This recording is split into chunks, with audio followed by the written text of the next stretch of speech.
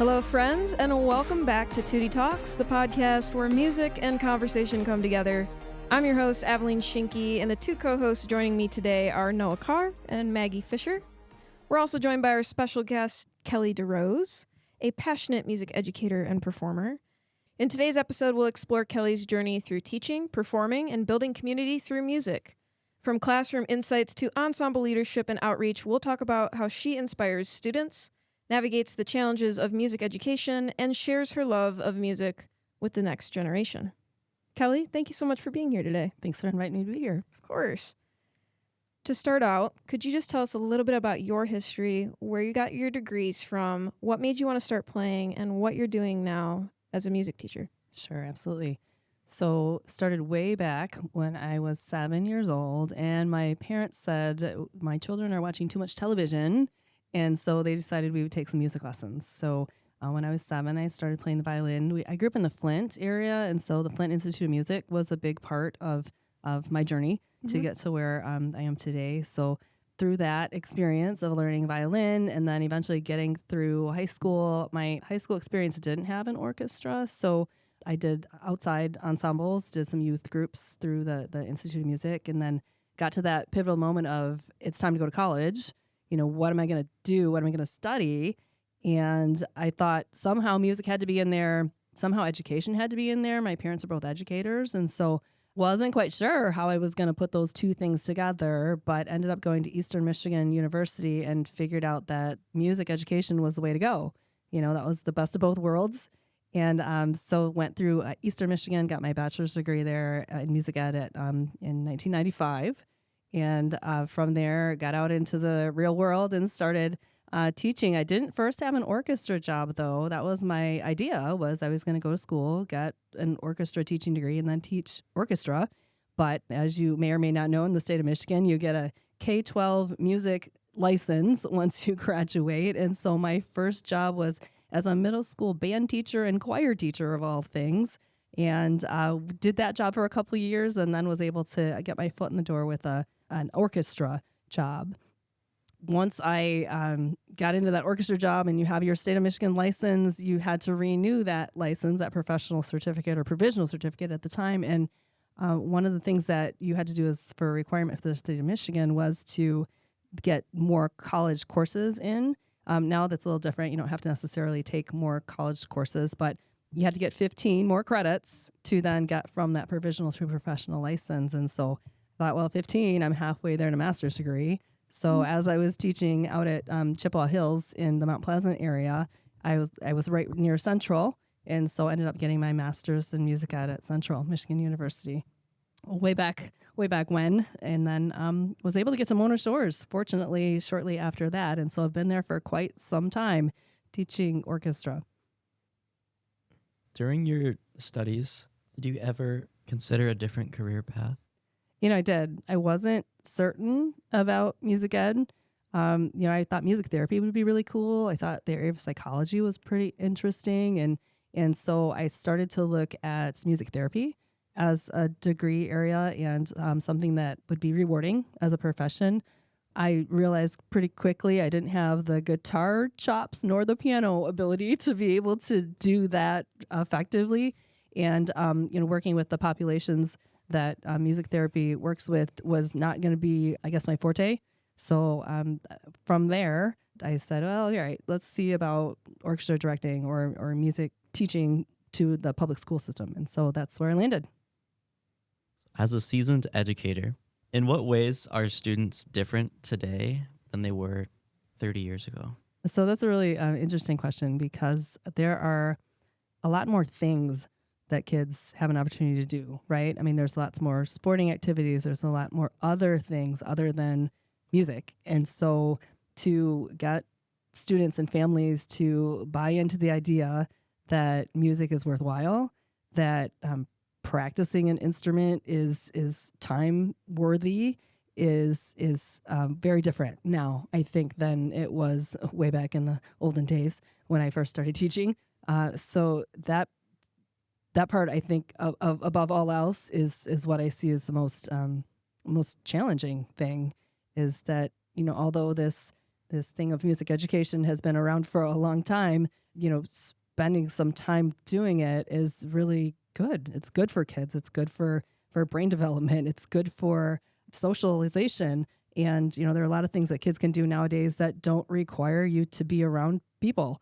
I mean, you can get behind a screen and you can play a video game and different activities, even, sporting activities are great too. I mean, there's all the benefits of health and wealth and all that things with sports, but that music is valuable, and sometimes convincing families to kind of stick with something that's not instantly easy is a challenge, I think.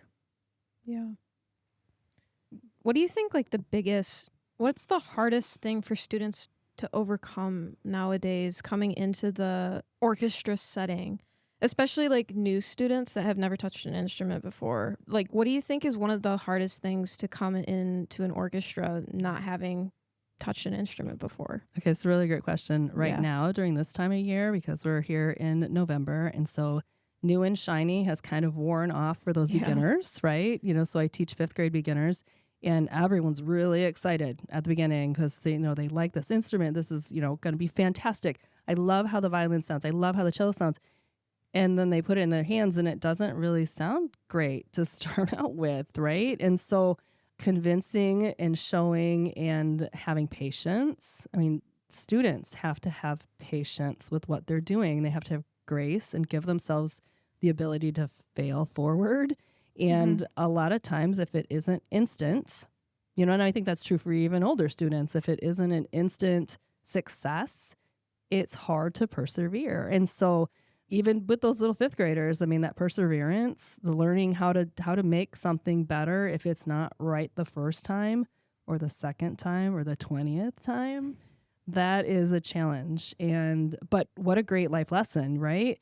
And so trying to find that balance within then a class of 25 of them who are doing all of the things, that beginners do, that really is the challenge, I think.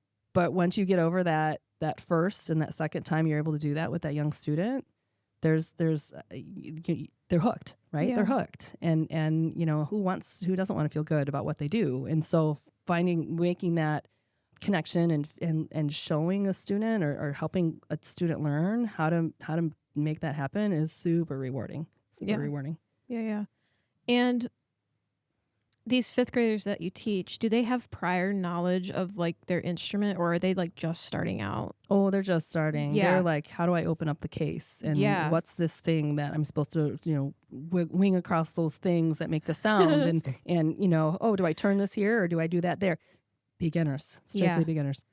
How do you teach note reading to them? Because right now I find that the struggle a lot of the time is note reading. Oh, for sure. Because a lot of times people mark in like the letter names and not even have any notes on the page, but just letter names of what you're supposed to play. Mm-hmm. And they don't get the click between the note reading and what's actually on the page. Mm-hmm. And so how do you approach that? Do you do the letters, or do you just go straight into notes and trying to teach them note reading? So that's a never-ending battle. I mean, like, it's been 30 years and it's a never-ending battle to figure out what's the best way.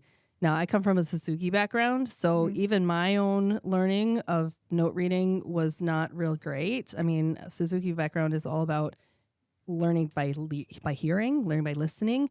And so a lot of the times I was learning concertos more from how do they sound and less from what does the note reading look like on the page. And so that was my struggle, getting better at sight reading and note reading, just basic note reading. But as far as my beginners go, we use a couple different series of books.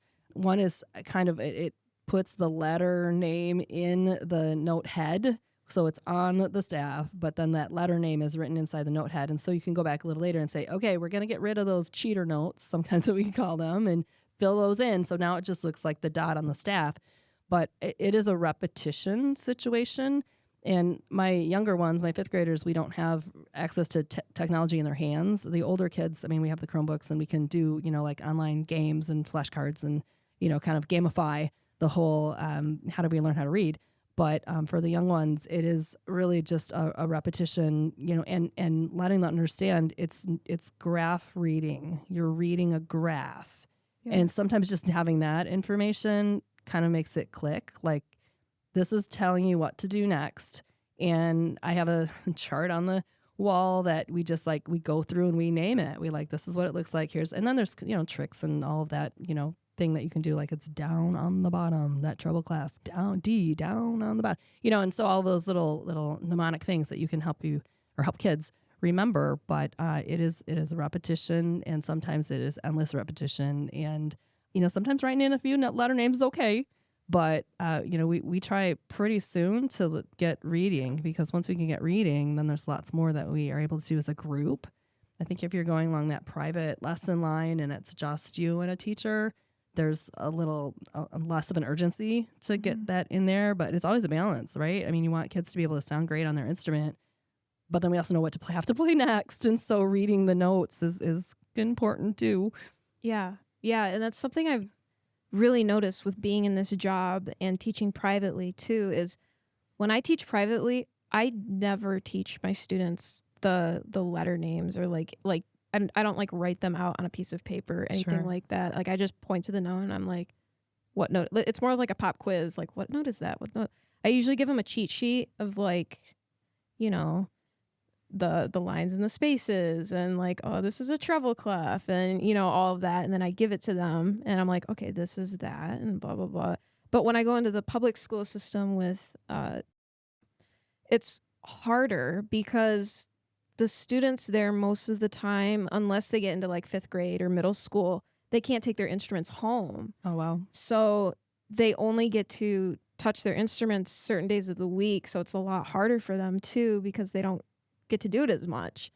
So they've been starting to implement like a before the class starts, like pop quiz type thing, where, okay guys, where's this note and what is that note and what finger number is that note, and all that stuff. So it's really interesting to hear the different perspectives of how it can go in a classroom. Well, and I think one of the things that, you have to think about this as being two separate skills, right? I mean, like, knowing where the note is on your instrument versus knowing what you're reading, it's really two separate skills. And so, you can practice those things separately. But like you said, if kids don't have their instrument in their hand all the time, if they're just there, in the classroom, I mean, you really have to at that point say, well, we're playing. I mean, we need to play. Yeah. And a little less on the note reading end. And then that note reading thing can happen in another space. One of the things that we've gotten, I think, better at, or I think I've gotten better at, is finding where that division is. Like, you're with me, you're in front of me. Right now, we need to be playing so that you can get the technique of playing. Yeah. And then, the background knowledge of the note reading, it will come the more that we get that good sound to come out of our instrument. Yeah. The other thing I had a question on was introducing the bow. How do you guys go about that? Because you don't just give the kids the instrument and just say, hey, play this on the bow, Right. So, we're doing a lot of pizzicato to start, because like, you're separating the note reading and the how do I do it on my instrument thing. You're also separating left and right hand.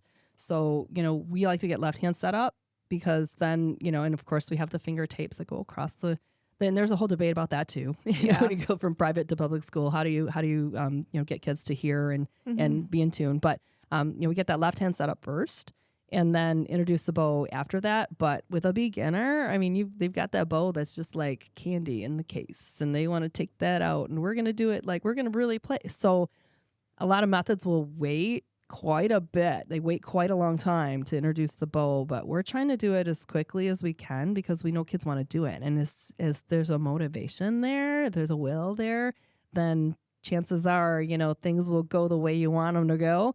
So, it's pretty crude, honestly, the start. I know there are lots of folks who are like, you have to make sure all of the fingers are in the right spot. And yes, it's important, but, we got to start someplace. So, we get the bow in their hand as soon as we got that left hand set up, and start to make some sounds and learn about, where is that lane, and where's the weight versus speed, and, all the things that are important with bow usage. And, the fingers we adjust as we go. Yeah. I think that's great. And the kids are so eager to get the bow in their hand. Yes. It's like, can we play with the bow this week? Well, and then that's also a little carrot too, right? Yeah. Like, you can do that when we can understand where F sharp is on our instrument. So you can there's a way to use that to your advantage. Yeah. No, that's great. And I've noticed that at least with they teach them how to hold the bow like with the thumb on the bottom, and then they just have their hands over. How do you teach them how to hold it? Do you just Oh, you mean like thumb under the frog? Yeah. Oh, wow. Yeah. That would be something that I would teach a really, really young kid. Yeah. Like, I mean, when you don't have the fine motor control. I mean, that's how I learned when I was a young kid, right? Yeah. That's where you put your thumb. But I mean, I'm dealing with 5th graders here who have a little bit bigger hands and a little bit more fine motor control. So, we get that thumb right in that little knot, not in the frog notch, but right next to the frog where, in between the grip and the frog where it normally goes or regularly goes for a more advanced player. Yeah.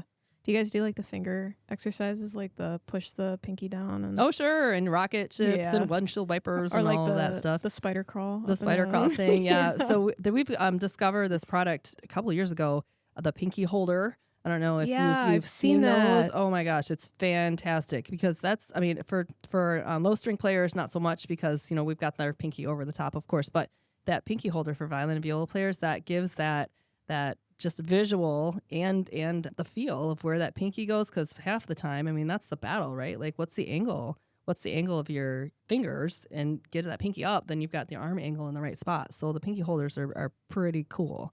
So we just give those to our kids, and that helps.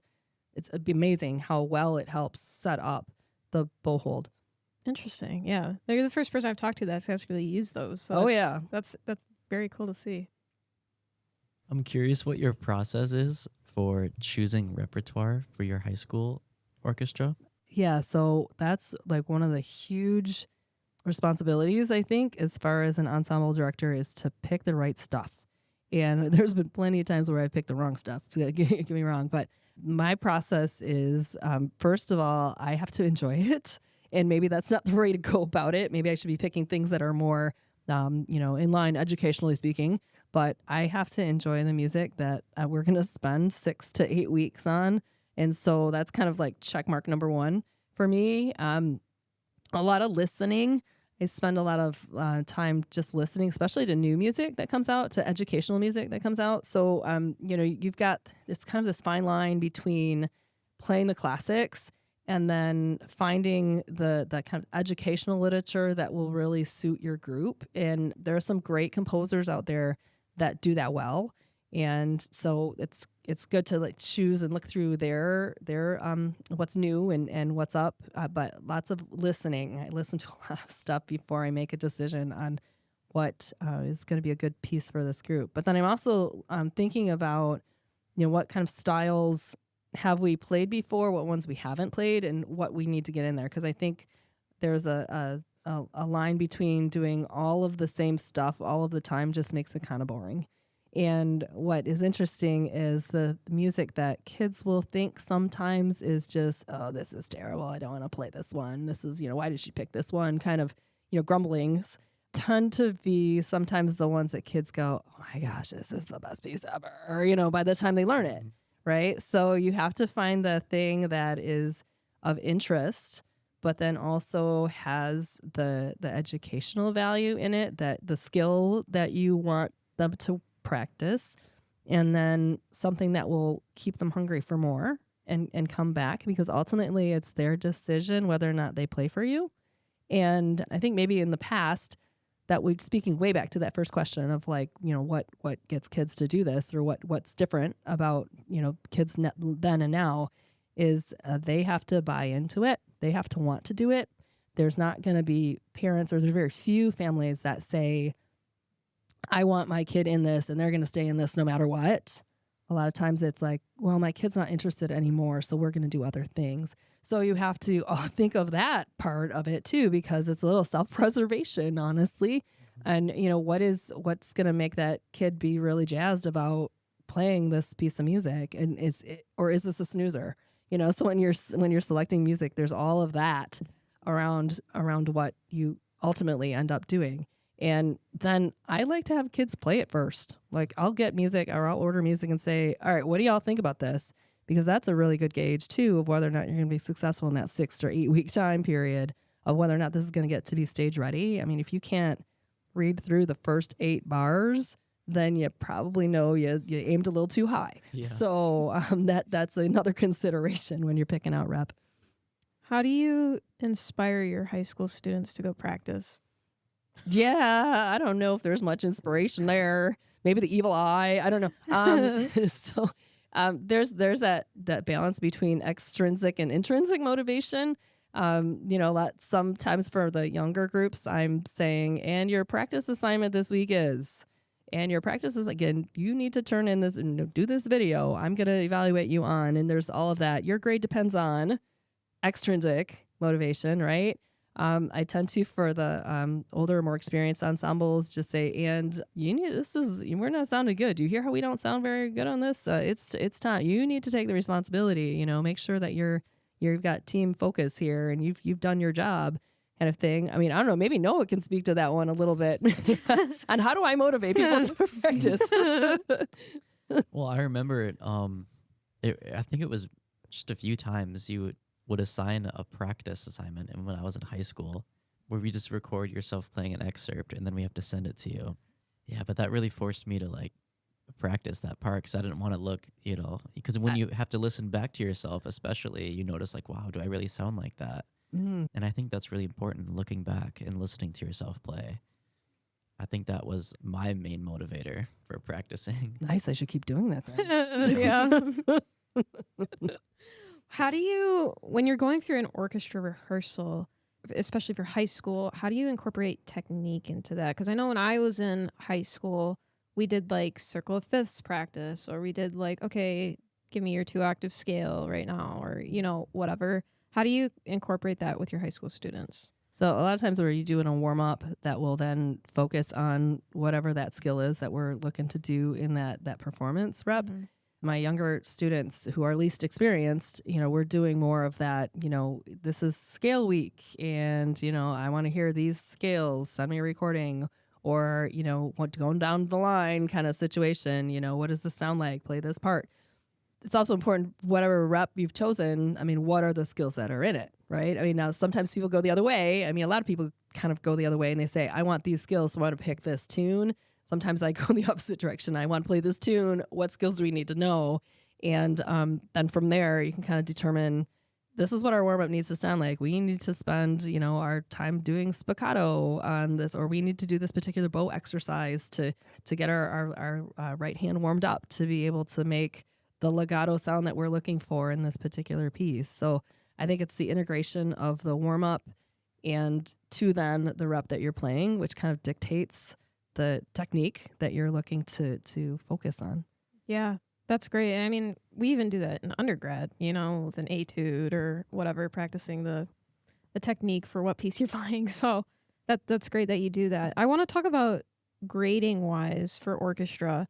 It's hard, right? It's hard to be that judge of how a person plays. And I just kind of want your take on how do you do that, especially with the upper level kids? Sure. So a lot of it is more participation based, right? Mm-hmm. And it is my belief that with practice assignments and for practice situations, this is practice, right? So, I shouldn't be evaluating you on how well you did on those particular exercises. I should be evaluating you on whether you did them and you gave it your best effort.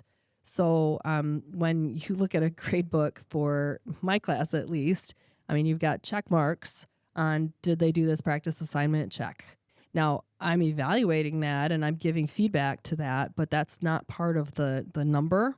So sometimes I think we get stuck, or at least for any kind of arts, performing arts, for visual arts, for any dramatic arts, we get stuck on the quality of that. And that's because we have to be in this system of numbers. School is a system of numbers. Your grade is associated with a number of how much you achieved. It's your math test, has a percentage on it, and you put that percentage in the grade book, and that's how qualified you are in the area of math. Our idea, and as it should be in all education, our idea is to move forward, is to progress, right? So I think my comments and my evaluation, my informal evaluation, if I want to put it that way, is maybe more valuable than me telling a kid, well, that was about a 75% on your C major scale. That really doesn't say anything other than, oh, that was C work. And for kids who are overachievers or who look to achieve, not even just overachievers, but who look to achieve, that C is pretty hurtful, and you can't get that back if that's in a grade book, So, our goal as an ensemble is to make our ensemble sound good. Now, if you're doing all of those steps, if you're going through all of those practice assignments, if you're making progress, if you're doing, we're going to all get there together. So it is really a conundrum, right? This individual evaluation that ends up on a report card versus that end result of the ensemble, that performance on the stage. Where does that all kind of come together? And my thought on that is we come together, and if we're all doing our job, if we're all doing the best we can do, then we've made that A work. We've put on that A performance. Yeah, I agree with that. It's so hard in the public school system to just be that person. But yeah, no, it's great what you're doing. Rep wise, when you were kind of talking about rep for orchestra, focusing on what kind of techniques you need to put into your students and what they need to work on. Are there any pieces of rep that you recycle every couple of years to make sure pretty much all of the grades have hit at least once? Yeah, no, I have my faves that I would come back to every once in a while, right? For whatever particular reason. If it's just like, this is the super fun lyrical piece and kids enjoy playing it, but it also hits the legato and vibrato and those techniques. Sure, I have my list of here's what we've done over the last 20 some years, and this seems like to be the year to do this one. They haven't had this one in a while. We haven't played this one in a while. I really enjoy this. This is the one we need to hit for this year. But it is really like it's sometimes a personality and personnel situation, right? If that, thinking of a full orchestra situation, if I know I have this fantastic oboe player and I'm gonna have this oboe player for the next 2 years, where's those pieces that have that oboe highlight? Or, we've got this fantastic percussionist who can play anything. Maybe we got a piece that needs a drum set. Let's put that one in there. So it's certainly a juggling game, but knowing your personnel, knowing your students and the joy of having kids for more than 1 year in a row. That's one of the things that I really appreciate about being able to do this job is I really get to know kids. Sometimes from 5th grade all the way to senior year, and knowing the ability and the personality and then the willingness to put in the effort, knowing who I have in front of me or knowing who to expect in front of me makes choosing rep a little bit easier in that regard. Yeah. And it's great to see the students' growth through all of those years that you've been teaching them. Oh, fantastic. Yeah, it's incredible. It's incredible. Yeah. That's great. I want to go more towards the performance side of your career. You've done so many performances, right? And I just want to ask, how has your performance experiences influenced your teaching in the classroom? It's really fun to be back in the student seat, so to speak, like to be able to just play.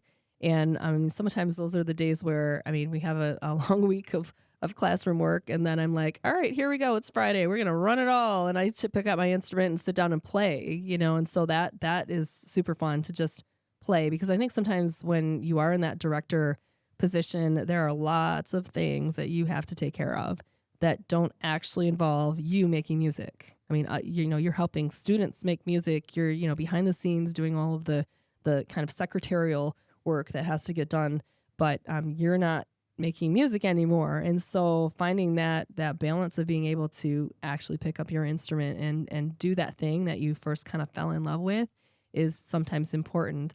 But as far as on the podium, what have I learned? There's a lot of times where I've overprogrammed, and a lot of times where I've, kind of put that carrot way too far from where it actually was able to be achieved. And so that disappoints kids, and because they couldn't get it, they couldn't get there. I didn't give them enough for them to be able to get there. And so that's hard. That's a hard lesson to learn. And I've done that a couple too many times. But, and then also on the other end of that too, I mean, did we do something that, was really boring for them and they didn't buy in? I mean, there's some of that where it's like, okay, I know it's going to be boring for you, but it's good for you. Kind of minute, it's like eating your vegetables is good for you. But, where's that balance, right? To still make this an enjoyable experience. Because in the end, it's got to be enjoyable. It's got to be something that kids come back to. Yeah.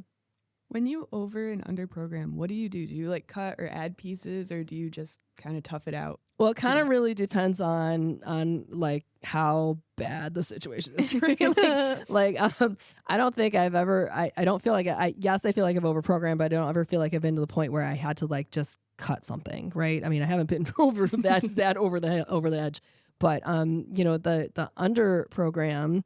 I mean, we add to it, like we make sure that all of those advanced skills are part of whatever it was we were doing, and then we can talk about, how did this in the end, how did it work out, right? And could we have done more with it, and did we make it really musical? Because you can always talk about did you make it musical? I mean, you've got the intonation, you got the rhythm, you've got the the basics, but how did you make music out of it? And so sometimes that's a savior if you feel like you've underprogrammed the actual difficulty level of it.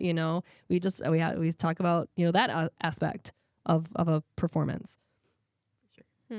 Yeah, interesting. I want to turn the gear more towards your study abroad experiences and how you've been to the Czech, Austria and all of that. Could you talk a little bit about that and what that was like? Sure. So we've had the opportunity, or the high school has had the opportunity to do some international travel.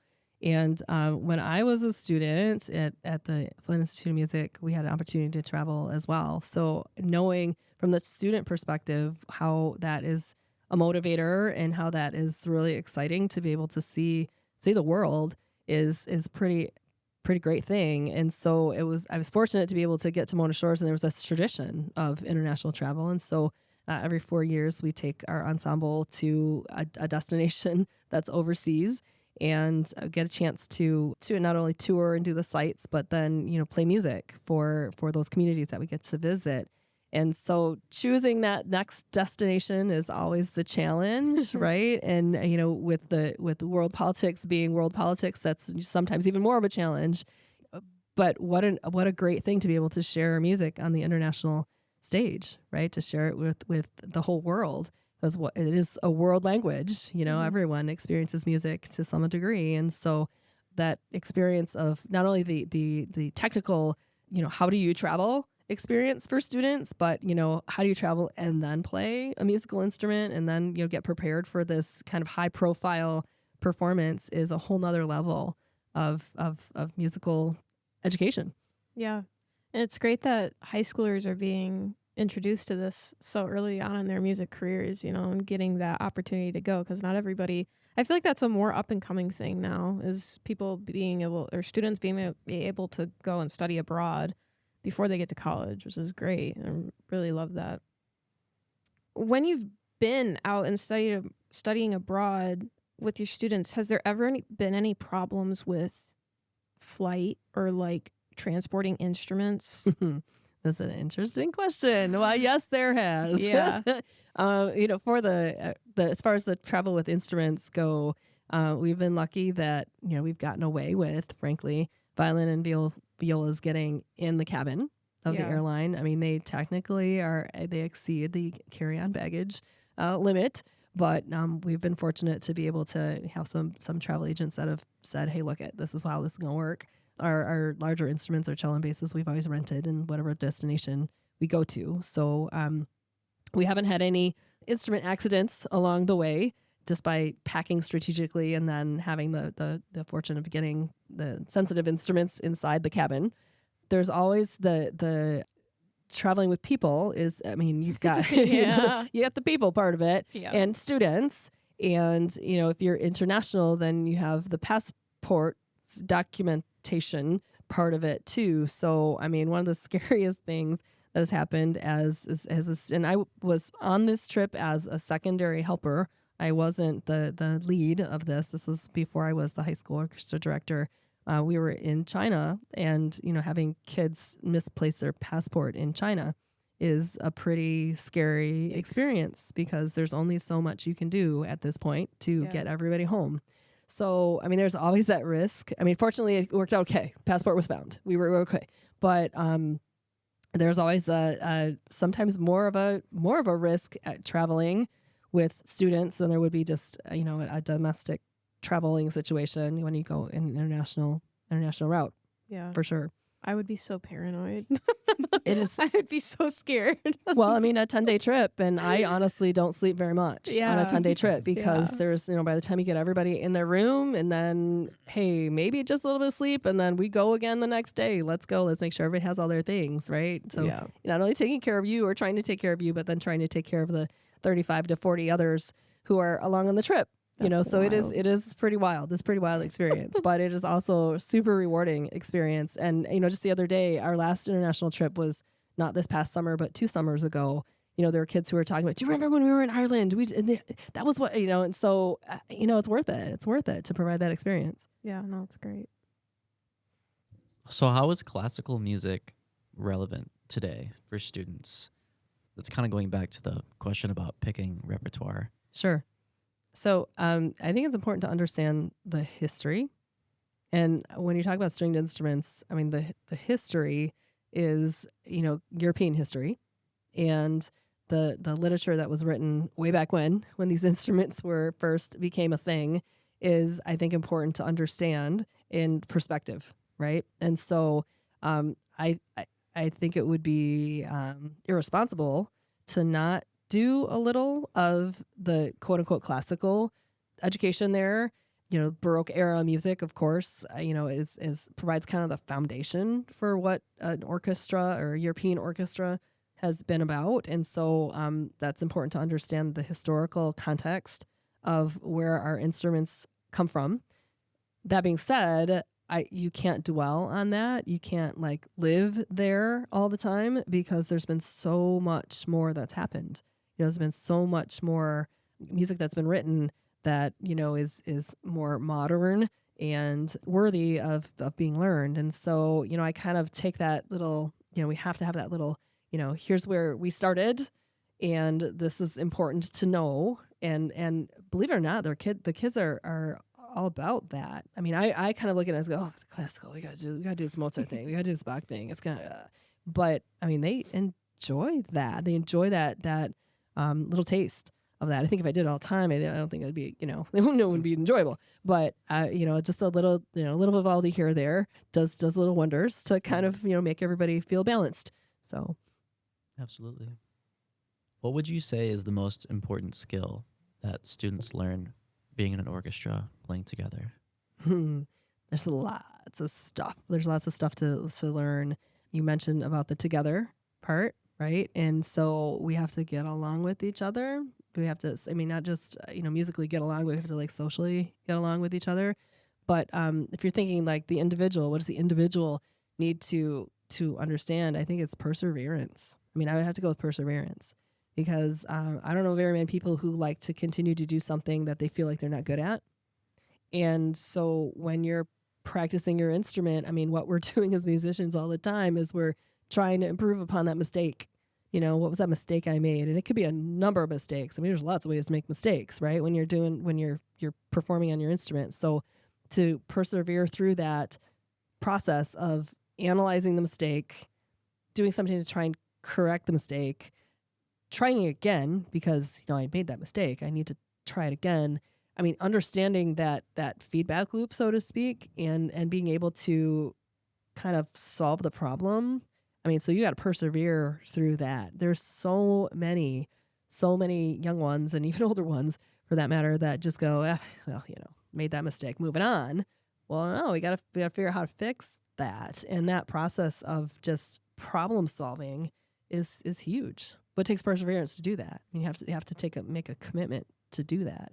And so convincing students that this is a worthy thing to work on, and here's going to be the benefit. Once you understand how you work on this, that's a never-ending process. But I think it's a good process to understand. Yeah. I feel like that's even a common thing just with us, too. I know I've struggled with memory for the past 2 years of memorizing pieces. And it sucks. It sucks when you screw up, but it's the comeback from that. And like you say, you have to have the perseverance to work on that. And, you know, whether that be intonation, rhythm, memory, whatever it is, but it's that you have the drive to fix it and to fix it correctly. Yeah. So that's great that you mentioned that. On the music education side of things, what's one misconception about being a musician or a music educator that you wish more people understood, especially for incoming new music educators? What's one thing you wish they understood before coming in?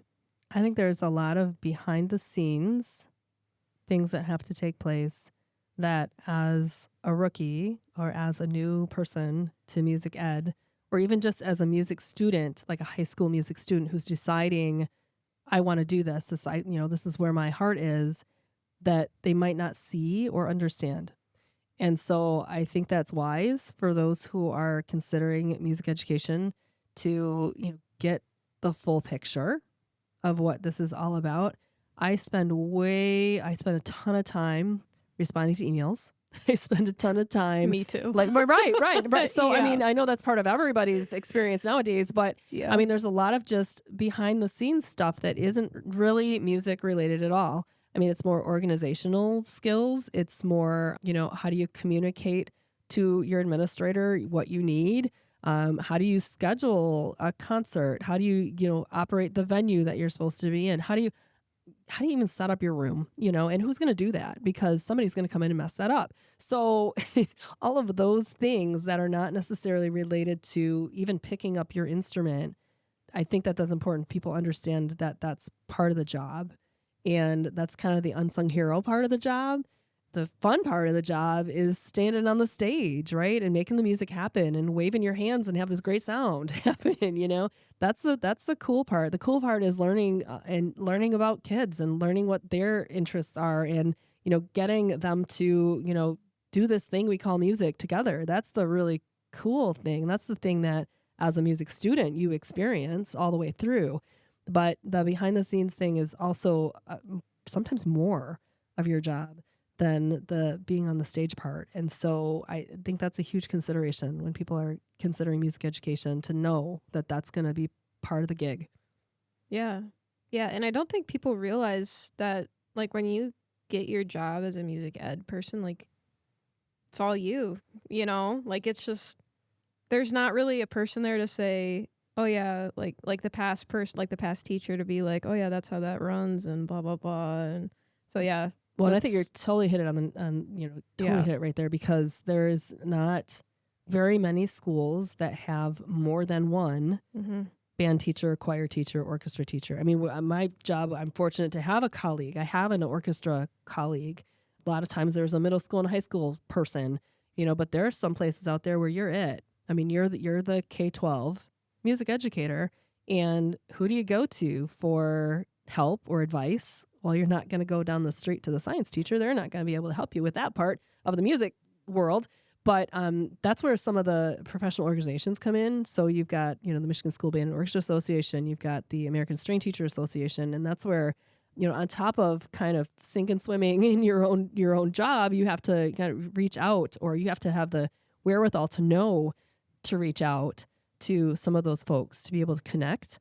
Because I guarantee that there is going to be another teacher out there that's kind of in the same boat, or has that same question, or, needs to know, how do I make this part of this job happen and do it well? And this is a small community. We were actually talking a little bit before we started about how music ed is a small community, especially in West Michigan. And so there is someone who will volunteer to help you. You just have to find that person. And so seeking out and being humble enough to know when you don't know, and to seek out that help, is super important. Super important. Yeah.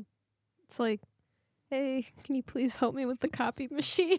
Right. Well, maybe your science teacher can help you with that one. But yeah, no, that they're right. The basics of learning that position, and for anybody who gets into any job. I mean, even if I were to move to someplace else, I would still have those struggles.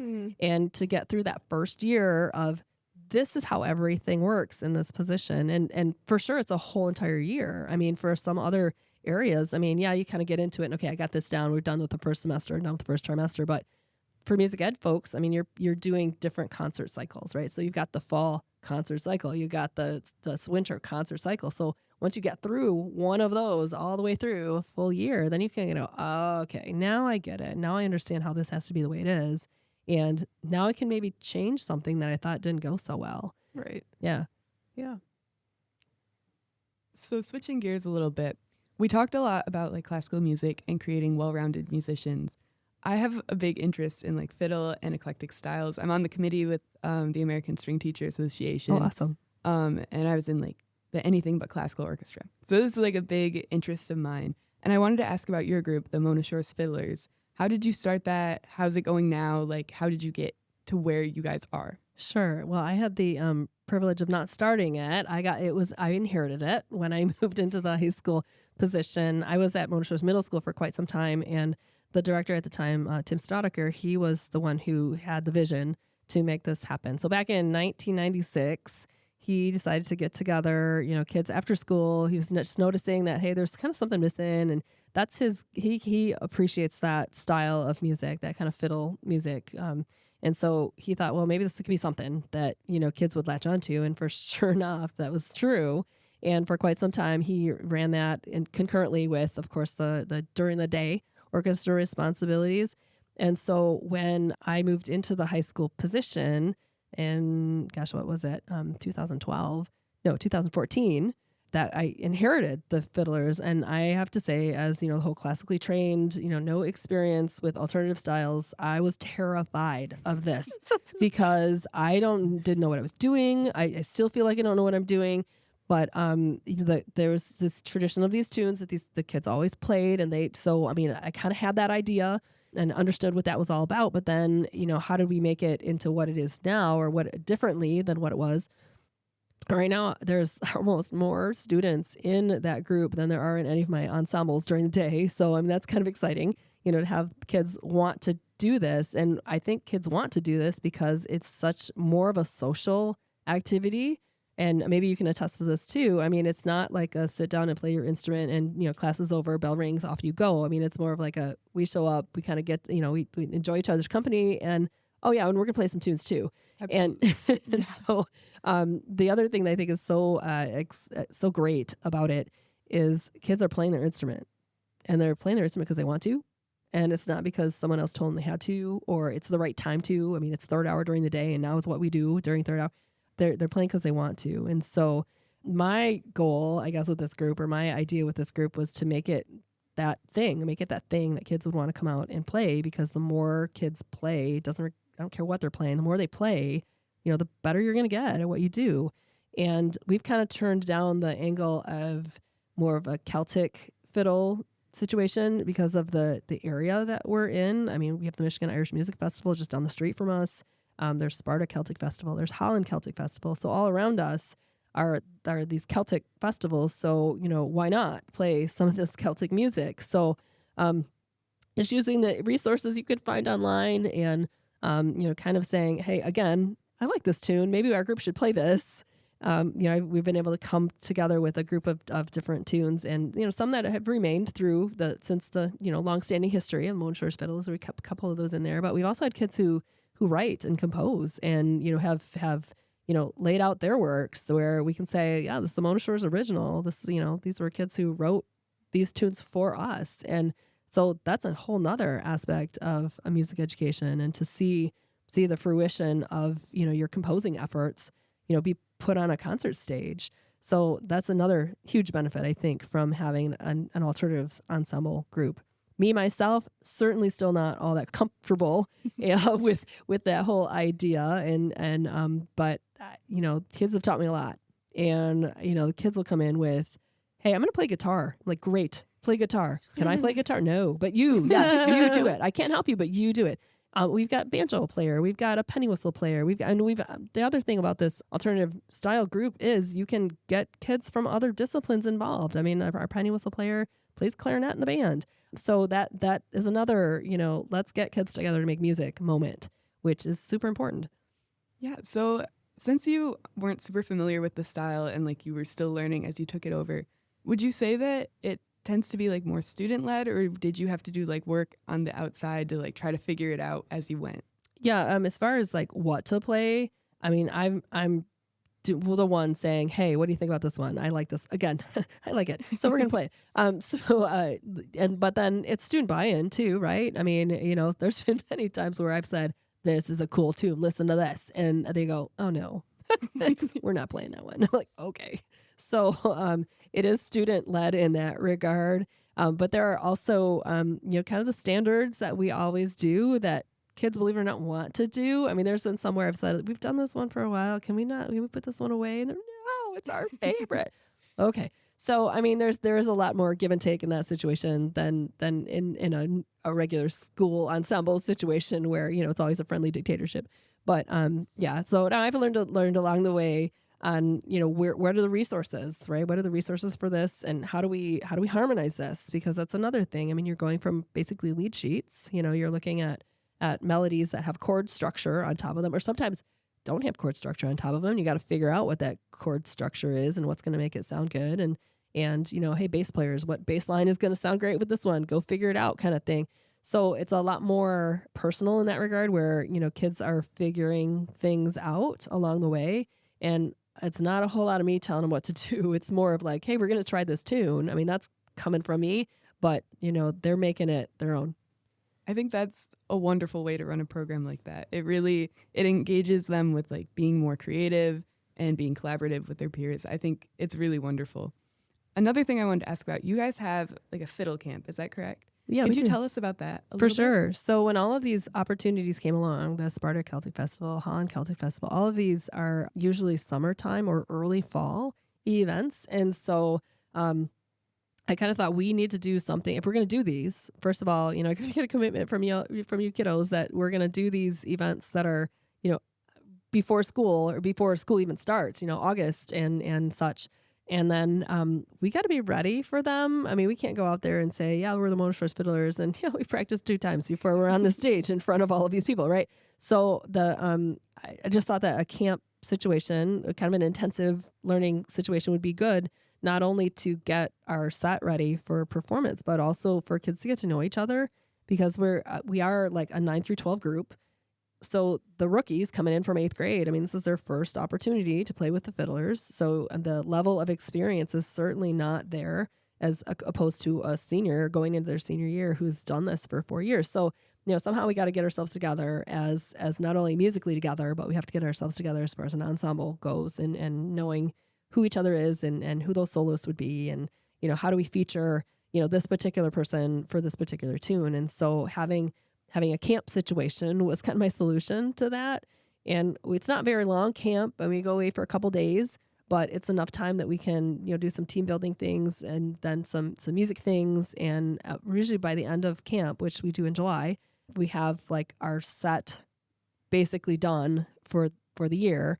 And then that's what we roll with for our performances. Are kids excited about it, or is it more of like a struggle to get them to come to camp?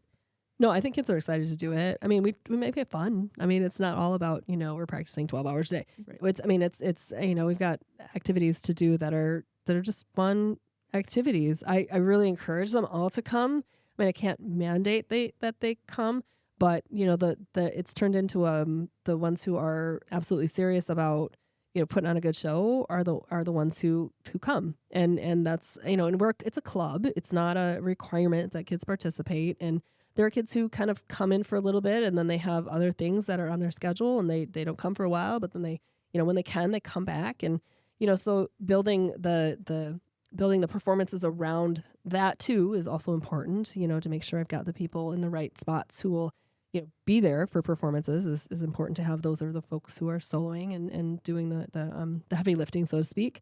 But I have not struggled having kids sign up to come. It's a fun experience. So why not? Yeah, that's awesome. So for performances, how do you book gigs? Like, how do you get them performing, get them out into the community? So a lot of times it is people come to us, which is great. I haven't had to like reach out and say, hey, we got this group. Why don't we come to you? We've kind of had these longstanding commitments. This Sparta Celtic Festival kind of, we have a 10-year contract. They kind of every year joke about our 10-year contract with them. But just try and hit those important community festivals. And there have been a couple times where I've reached out and said, hey, we've got this group, could we come out and play? Could we do this event for you? But it's kind of been few and far between. Like I said, I inherited a really good system, so I haven't had to kind of make many of those connections. For sure. So you inherited the group, so this question might not apply as much, but I was wondering if you have any advice for teachers in other districts who want to start a group like yours. I think find first of all the time that's going to work to rehearse, and expect that it's not going to be a full-on commitment at first from kids. I mean, take what you can, take who will come, but make the forum possible, and you will be amazed at, I think, the buy-in that kids will have once the word gets out, right? It's always going to be word on the street, right? Word on the street. This was a really cool thing. You should come on Thursday nights at 7:00 to the orchestra room. We did this really cool thing. It was super fun. And kids will come. I mean, they're looking for opportunities to be together. They're looking for opportunities to play their instrument. And, finding the right genre will also be an interesting thing to come about. I mean, like I said, we kind of fell into this Celtic thing because that's kind of what happens around us. But you mentioned for the ABC Orchestra that's not necessarily, I mean, some of it is Celtic, but some of it's not. And so what's going to interest your kids, that will bring them there. If you can figure that out, if you can figure out that secret, that'll get them there. Absolutely. Yeah, that's great. I want to turn our attention to more of the programs and festivals you've done. You've been a part of MSBOA, you're part of ASTA, you're part of all these organizations. What advice would you give teachers looking to get more involved beyond just the classroom? I think figuring out a time for you, like your own personal time, versus the time that you're willing to volunteer for said organizations is going to be important. So when I was younger and I didn't have 2 kids at home, it was really easy to, spend time at an MSBOA meeting or an ASTA meeting and, volunteer to do those kind of coordination groups. I mean, to be the treasurer of the group, to be the outreach chairperson, to be more involved in those committees, which are, usually a volunteer situation. So for younger folks, I mean, reach out, do those things. I mean, certainly, now that I'm a little bit beyond that being home with kiddos situation. I mean, my kids are now, one's almost a teenager. The other one just started driver's training, which is crazy. But I have a little bit more time and perspective that I could potentially give back to being on that leadership side of those committees. As far as festivals go and taking your groups to festivals, that's always a great thing to do to get another opinion on, how well your students are performing.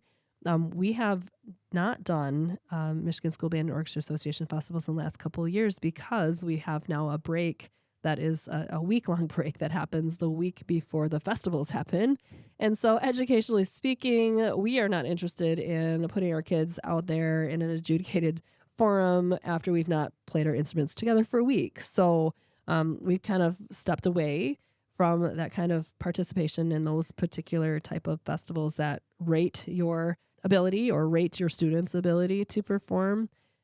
However, there are other festivals out there. ASTA does the National Orchestra Festival, which is a fantastic experience. I mean, of course, you have to get your group prepared to audition to be part of that. So to be accepted to that is always an honor. But that is also a great way to not only travel, like we mentioned earlier, but to get some of the best critiques and clinics for your kids to participate in those festivals. So sometimes you have to seek them out. Like in that instance, National Orchestra Festival, you seek those out. Or on the other traveling festivals, you kind of seek those out. Others, it's within your own district level to be able to do. So, I mean, those are definitely considerations when you're programming and planning, to do those type of events for your students. Yeah, 100%.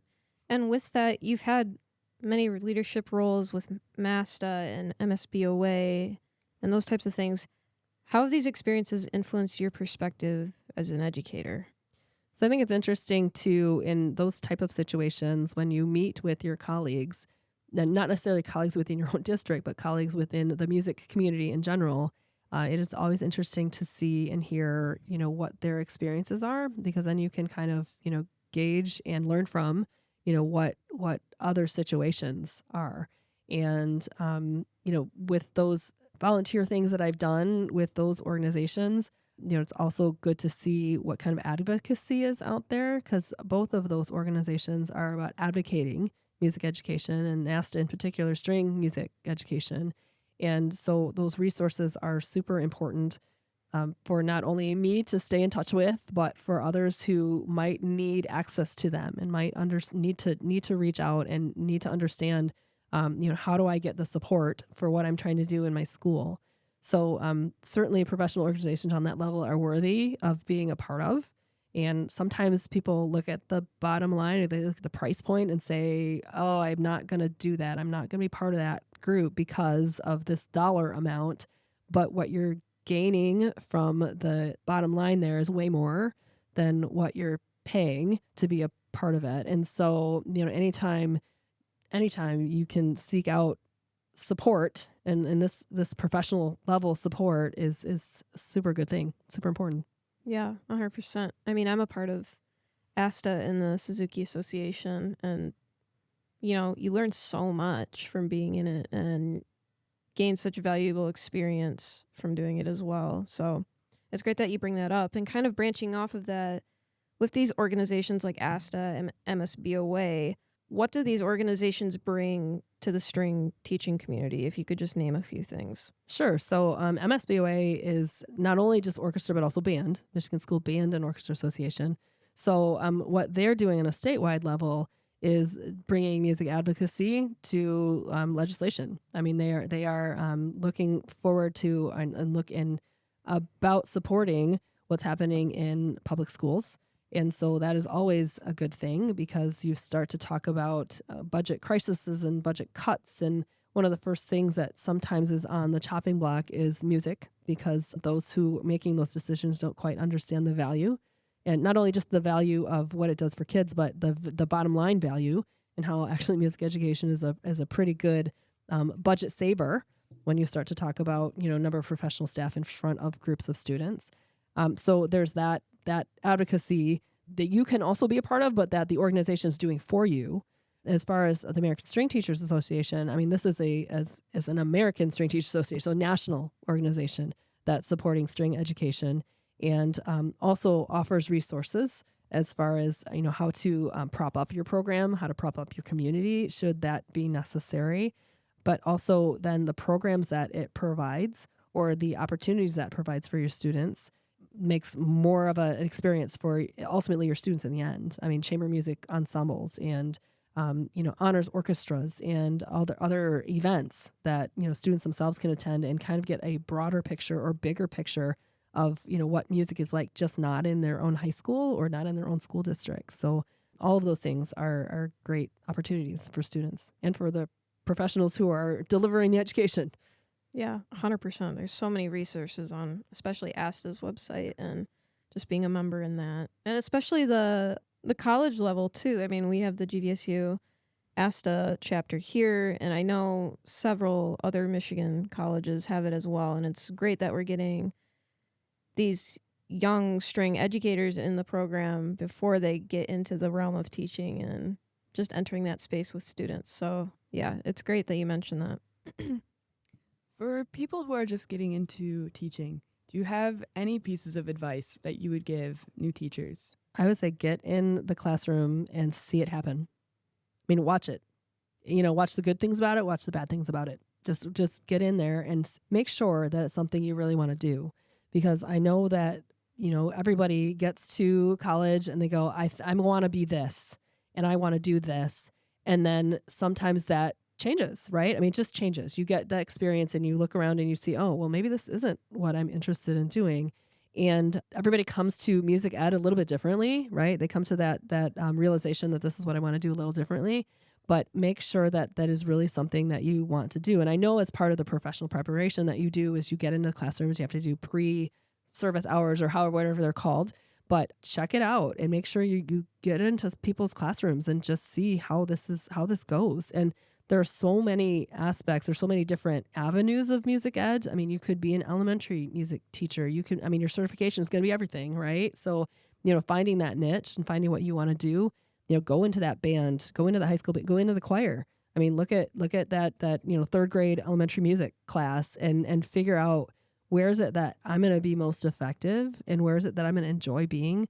Because ultimately, if you don't enjoy doing it, it's going to be a bad situation. I mean, you know, you're not only going to not like what you're doing, but you know what? Students are not going to like what you're doing either. And in a situation where they're coming to you because this is what they enjoy doing, that's just a bad chemistry right there. So understand it's going to be hard work. And, you know, this kind of sounds like a don't do it situation right now, all these things I'm talking about. But, you know, understand it's going to be hard work, but it is super rewarding. It is super rewarding, you know, just to be able to make music all day long. It's super rewarding. But you have to understand that there's a lot of behind the scenes stuff too that, you know, goes into it. So in summary, find that area that you enjoy, right? Make sure that that's the area you enjoy. And then, you know, jump in, 2 feet, jump in. That's great. I love it. As we're kind of wrapping up here, I have 2 final questions for you. The first one, kind of going along this one, but more in a broader sense. What's one piece of advice you want students to take away from this episode or in general? And the second is, are there any books or resources you would recommend to students? Interesting. Okay. I think that music ed is a super rewarding profession. It's super valuable. It gives you the opportunity to learn about so many people and places and take so many adventures with students along the way, and know that it's worth it. It's worth it. I mean, once you know, at this point, I'm at the point where I'm looking back. You know, I'm not that far away from being retired. I know I have a 12-year-old, so I got a little bit of ways to go. But looking back, you won't regret it. You won't regret it. And as far as books and resources, I have to say I don't read very much, but the internet is a fantastic place to find anything and almost anything that you're looking for. I mean, whether it's that, how do I do that 3-octave scale? Or, you know, what's going to be the best piece for my, you know, 7th grade orchestra to play, to do vibrato. I mean, there's the resources are limited as far as online options to be able to find those particular things. Great. All right. Well, that's pretty much going to wrap it up for today's guest episode. I'd like to thank Noah and Maggie for joining me on today's show. And of course, thank you to Kelly for sharing your insights into the music world, of course, and for joining us on the podcast. It was an absolute pleasure having you. If you or someone you know would like to be featured on Tutti Talks, feel free to DM us on Instagram at Tutti Talks Podcast or email us at tuttitalkspodcast@gmail.com. Be sure to follow us on all our socials to stay up to date on all things music, from guest highlights and upcoming episodes to behind-the-scenes content and performance clips. We're passionate about reaching as many musicians as we can, and you can help us do that. If you enjoyed this episode, share it with a fellow musician, colleague, or friend, whether it's someone in your ensemble, your studio, or someone who would appreciate these conversations. Every share helps grow our community. Thank you for tuning in to this episode of Tutti Talks. Keep the music playing, keep the conversation going, and we will see you in the next one.